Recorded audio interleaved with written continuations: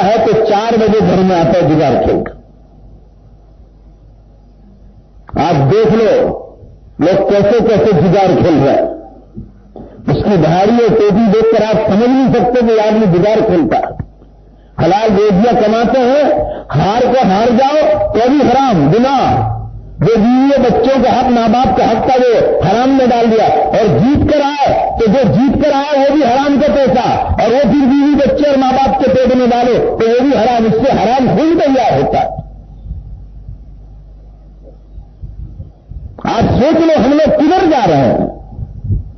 ریاضی کاروبار کرنا یہ مسلمان کا کام ہے. ریاض پر باقاعدہ پیسے دیتے ہیں لوگ اور ریاض پر پیسے لے آتے ہیں. میرے عرض کرنے کا منشا یہ ہے مسلمانوں, غصے سے بچنے کے لیے بھیجا ہے. لوگوں کے ساتھ پیار اور محبت کی باتیں کرنے کے لیے بھیجا. کسی کو قتل کرنے کے لیے اللہ نے دنیا میں پیدا نہیں کیا. اس لیے قرآن پاک میں اللہ نے ارشاد فرمایا یا ایھا الذین آمنوا ادخلوا فی السلم کافہ, اے ایمان والو اسلام میں پورے داخل ہو جاؤ. پورے نماز پڑھو تو 5 پڑھو, روزے رکھو تو پورے رکھو, اللہ کے حقوق ادا کرتے ہو تو بندوں کا حق بھی ادا کرو. قرآن کی تلاوت نہیں کہ جمعہ کو پڑھ لو, نہ روزانہ 1 رکوع پڑھو مگر ہمیشہ پڑھو. یہ اللہ کے قسم ہے. 1 رکوع پڑھو کیا ہے, پاؤ پارا بھی 1 رکوع پڑھو مگر ہمیشہ پڑھو.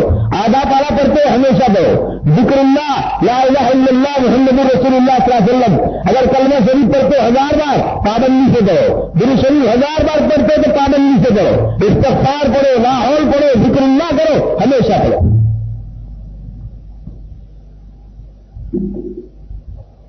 میں نے آپ کو بتایا نا امریکہ کے یلو نیشنل پارک کا, تو وہ اخبار جو دلی سے آیا اس میں ایک اور نئی چیز تھی کہ جو لوگ چاند پر گئے تھے نیل آرمسٹرانگ وغیرہ, ان میں سے ایک ساتھی آج کل دلی میں آیا ہوا ہے, اس کا نام بھی لکھا ہوا ہے, جو چاند پر گئے تھے. تو ان کا انگریزی ٹائمس والوں نے انٹرویو لیا ہے. یہ سوچنے جیسا بڑی عجیب بات. اس کو جو نہیں ملی وہ اللہ نے ہم کو ایمان کے راستے پہ رکھی. انٹرویو میں 2-4 سوالات کے اس نے یہ کہا کہ آپ کو زندگی میں سب سے زیادہ سکون کس سے ملا ہے. تو یہ جو چاند پر جا کر آیا اس کا انٹرویو انگریزی اخباروں میں آیا, میرے پاس اس کی کٹنگ موجود ہے. اس نے کہا کہ پہلے میں کالج کرنے لگا تو مجھے یہ ہوا کہ شاید مجھے سکون ملے گا, کہا مجھے کالج سے بھی سکون نہیں ملا.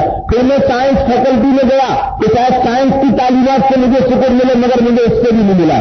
پھر میں چاند پر جا کر آیا, یہ سمجھتا تھا کہ شاید اکیلے سے جا رہا ہوں, اب شاید سکون مل جائے گا. اس نے انٹرویو میں کہا کہ میں چاند پر سے بھی جا کر آیا مگر مجھے بھی اس سے بھی دل کا سکون نہیں ملا, اور کہا کہ پھر مجھے یہ خیال آیا کہ میں بزنس کروں.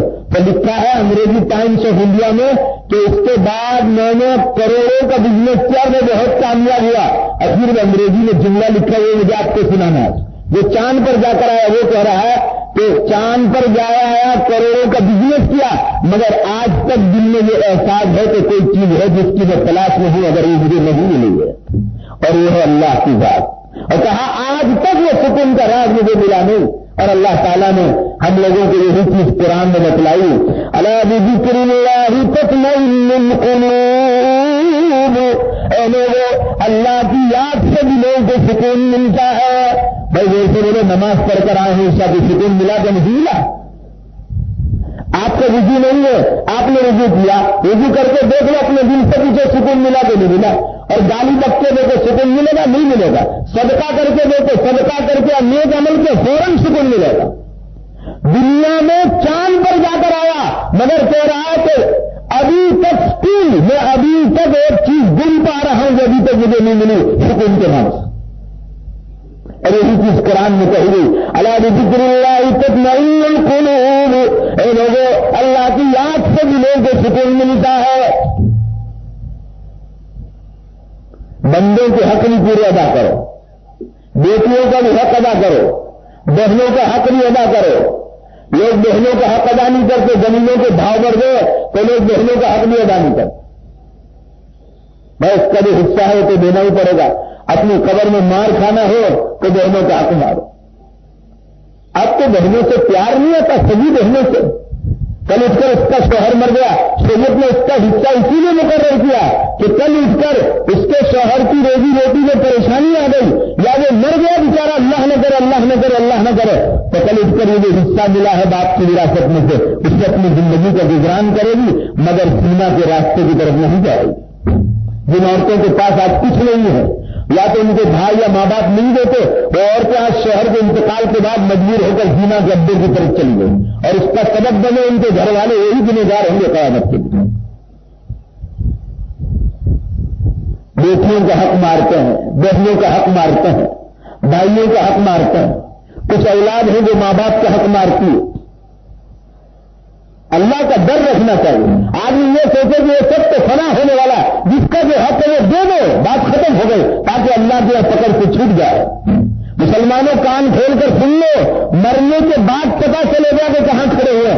अगर जो मरने के बाद रोना जो तकदीर में आया, रोना मुकद्दर में जो आया, तो बर्बाद हो जाओगे, और बर्बाद वही होगा जो अल्लाह के हुक्म तोड़ता होगा, नबी की सुन्नतों का मजाक करता है।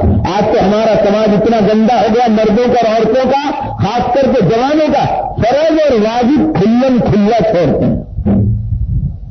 हजरत अली करमल्लाह वजहू के बारे में है कि उन्होंने जंग सिफ़ीन लड़ी है, सिफ़ीन नाम की जंग। उनको सहाबा ने पूछा कि अली करमल्लाह वजहू मैदान जंग में तो दिल अधर हो जाते हैं, जान के लाले कर जाते हैं, दो पार्टियां आमने सामने हो जाती, तलवारें उठाई जाती, अली करमल्लाह वजहू और सिफ़ीन के मेन कमांडर तो आप थे, सिफ़ीन के लड़ाई के मेन कमांडर आप थे। क्या इस मैदान जिहाद में आपके कोई फर्ज वाजिब कभी छूटा है? भाई जरा जोर से बोले ना, आप लोग बात समझ रहे हैं ना। सहाबा हजरत अली करमल्लाह वजहू से पूछे, आपका कोई अल्लाह का हुक्म कभी छूटा है? हदीस पाक में है, मुसलमानों क्या जवाब दिया हजरत अली करमल्लाह वजहू ने? फरमाया, अल्लाह की कसम, फर्ज और वाजिब की तो बात दूर रही, जो मुस्तहब है, मुस्तहब यानी करो तो सवाब और न करो तो कोई गुनाह नहीं। फरमाया कि नमाजों के बाद 33 मरतबा सुभान अल्लाह, 33 मरतबा अल्हम्दुलिल्लाह और 34 मरतबा अल्लाह अकबर, ये मुस्तहब है, पढ़ो तो सवाब, न पढ़ो तो कोई गुनाह नहीं। फरमाया, अल्लाह की कसम, मैदान जिहाद में भी ये मुस्तहब कभी छूटा है।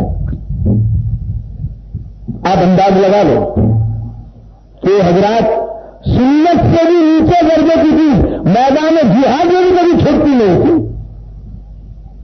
और आज हम लोगों को अल्लाह ने कितना आराम दे रखा, पैसों की फरावान दिया, मकानों की फरावान दिया है, और जिससे सुकून मिलता है कि भाई परेशानियां हो दुनिया में तो चल नमाजों की तरफ। रसूलुल्लाह सल्लल्लाहु अलैहि वसल्लम के बारे में आता है, जब बादल आते तो आप डर के मारे अल्लाह की तरफ मुतवज्जे हो जाते, हवाएं चलती आप अल्लाह की तरफ 2 रकात नमाज पढ़ते, आपको कोई जरूरत पेश आती तो आप नमाज की तरफ लपकते थे।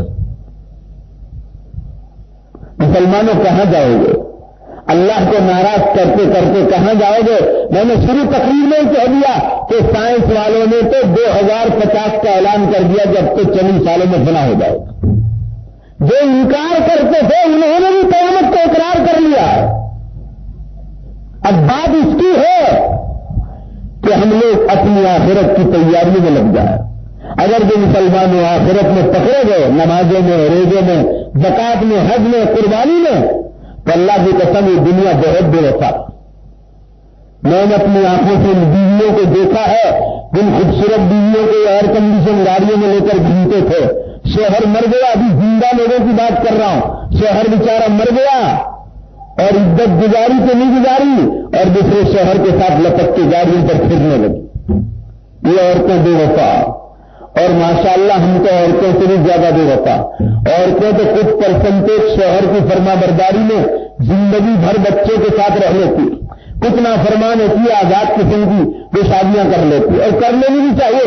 अच्छा है, गुनाह में अगर पड़ने का खतरा हो तो कर लेना चाहिए, और गुनाह में पड़ने का खतरा नहीं है तो रसूलुल्लाह सल्लल्लाहु अलैहि वसल्लम ने फरमाया, शोहर के इंतकाल के बाद जिस औरत ने शादी नहीं की और पाक दामन रही, गुनाह की तरफ नहीं गई, तो आप सल्लल्लाहु अलैहि वसल्लम ने दोनों उंगलियां मुबारक साफ करके फरमाया कि जन्नत में मेरा जितना ऊंचा मकाम होगा, करीब करीब इस बेवा औरत का भी इतना ही करीब इतना मकाम होगा। मगर वो जो पाक दामन रहे, आज पाक दामन बहुत मुश्किल से मिलेगी। आप अब तो जो शादी करके पाक दामन मिली वो भी बिगड़ने लगी।